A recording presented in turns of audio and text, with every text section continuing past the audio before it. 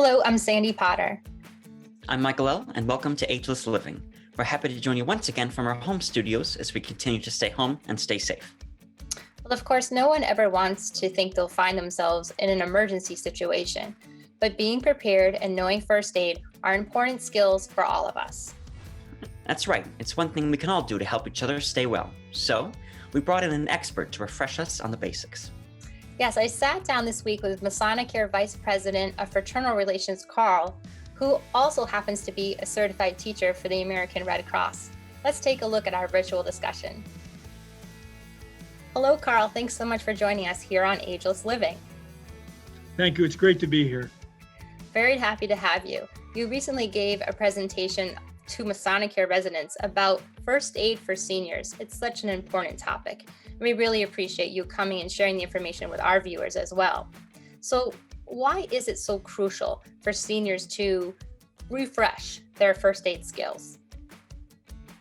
Well, certainly it's something you don't want to do when you need it at the last minute. You want to be prepared. The idea, it's always that motto, be prepared. And first aid is being prepared. When something happens, not only do you need to know what to do, but you need to have the resources available to administer whatever first aid or whatever you might need. And that's important. It's also important to be skilled and learn skills. Even if you're not a professional, you're not an EMT or anything like that, there are certain things that we can do to keep people safe. And it really helps if you have the right first aid kit, you have things in the house that will really be able to help you in the event of an emergency. Absolutely. And what are some of the most common situations that seniors need to be aware of to avoid an emergency? Well, first thing is to be looking around your house, seeing what things look like, being careful with things like throw rugs and things like that, if they're loose or not having them at all, making sure that things are working order. We always tell people, make sure you change the batteries and those smoke detectors and the carbon monoxide detectors, make sure that's all up to date. Do that. Actually, when you change the clock, you should be doing that. But then also taking a look at your first aid kit, make sure it's well stocked, and making sure that in that first aid kit, you have the things that you actually need and not just one of those little Johnson & Johnson first aid kits with the 5 Band-Aids and the little thing of mercurochrome, or I'm dating myself, or, antibiotic ointment, and that's it. That really is not really what you need in the case of an emergency.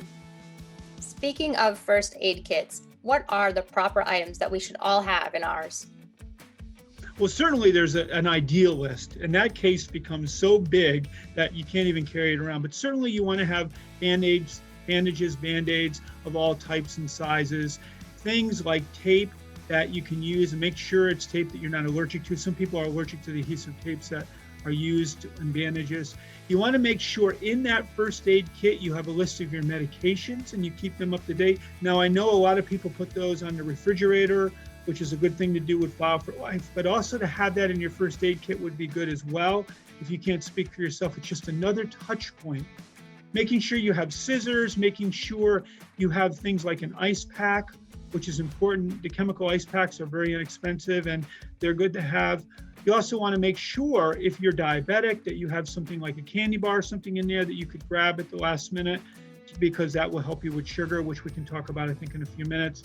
Then also things like just making sure that you have, if you're allergic to something, that's listed somewhere. And if you need to have an EpiPen, that's there, or at least you know where it is.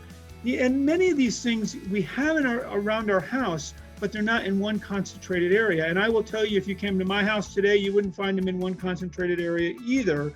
But the main things that I just talked about, we do have in one place, so that if something happens, because what I always say to people, if you cut your finger or you do lacerate your hand or your arm or wherever, that little Band-Aid with the little princesses on it, which is what we have in our cabinet, is not going to do a whole lot.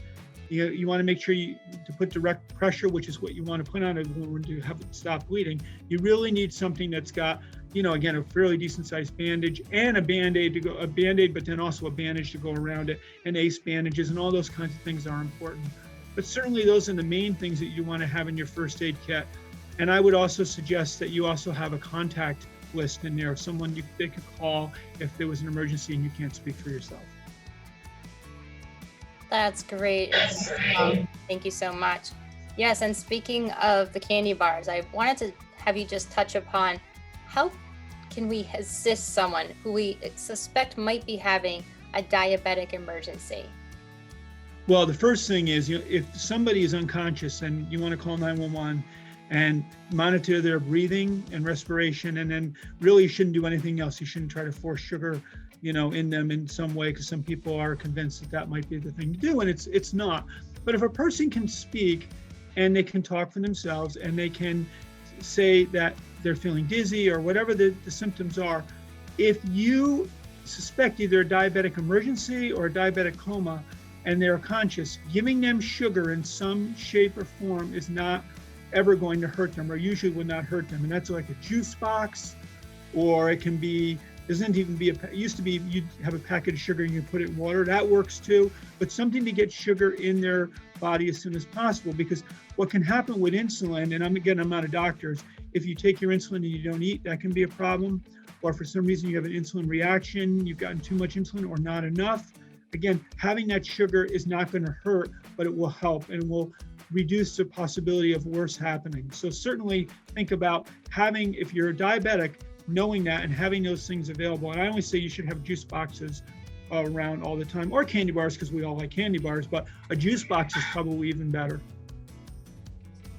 Yes, you're bringing back a lot of memories. My Nana had juvenile diabetes, and she always carried apple juice boxes and a box of Nilla wafers everywhere we went. So we understood that's what it was for, even as kids. And it's such an important thing when you have a loved one that does have diabetes, or a friend, that you know how to help them if they can't help themselves in that moment.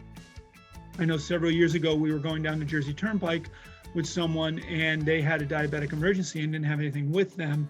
And we had to pull into a rest area and run in and grab something really fast. And it was fine, and that person was fine, but it would have been better if we had that right in the car, accessible at all times. Yeah, absolutely. Well, Carl, thank you so much for sharing all of this information with us today. And we look forward to having you back again for more segments in the future. Stay well. Thank you. It'd be my pleasure. Thank you. And now, let's take a look at what's happening around Masonicare. Shout out to our team members from across the continuum who participated in the American Heart Association's annual Go Red for Women Day to promote women's heart health awareness and in honor of Heart Health Month. And a very special thank you to our friends at Optum, our clinical care partner, and their families, for stopping by Masonicare Health Center to build snowmen on the front lawn for our residents and hardworking team members to enjoy. Their act of kindness warmed everyone's hearts and brought back memories for the residents of playing outside on a winter's day. Thank you so much for joining us for another virtual edition of Ageless Living. We look forward to bringing you more stories about living well as we take this journey together. And until next time, stay well and remember, be ageless.